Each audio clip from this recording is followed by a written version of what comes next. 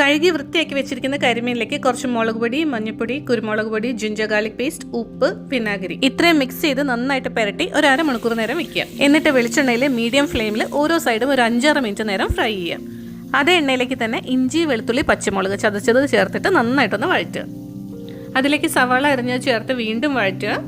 അതിലേക്ക് ഉപ്പ്, മഞ്ഞൾപ്പൊടി, മുളക് പൊടി, കുരുമുളക് പൊടി ഇത്രയും ചേർത്ത് പൊടികളുടെ പച്ചമണം മാറുമ്പോൾ അതിലേക്ക് തക്കാളി അരിഞ്ഞ് വെച്ച് ചേർത്തിട്ട് നന്നായിട്ടൊന്ന് വഴറ്റുക. തക്കാളി വഴന്ന് വരുമ്പോൾ അതിലേക്ക് 1 കപ്പ് തേങ്ങാപ്പാൽ കൂടി ചേർത്തിട്ട് മിക്സ് ചെയ്ത് നന്നായിട്ടൊന്ന് തിളപ്പിക്കുക.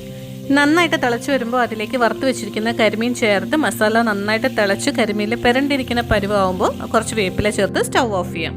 വാട്ടി വെച്ചിരിക്കുന്ന വാഴയിലേക്ക് ആദ്യം കുറച്ച് മസാല ഇടുക, പിന്നെ കരിമീൻ വെക്കുക, വീണ്ടും കുറച്ച് മസാല ഇട്ട് വാഴയില നന്നായിട്ടൊന്ന് പൊതിഞ്ഞ് കിട്ടും. പാനിലെ വെളിച്ചെണ്ണ ചൂടായി കഴിയുമ്പോൾ ലോ ഫ്ലെയിമിൽ വെച്ചിട്ട് ഓരോ സൈഡും തിരിച്ചും മറിച്ചും ഇട്ട് ഒരു 15 മിനിറ്റ് നേരം ഫ്രൈ ചെയ്യുക. നമ്മുടെ അടിപൊളിയായിട്ടുള്ള കരിമീൻ വാഴയിലയിൽ പൊള്ളിച്ചത് റെഡി.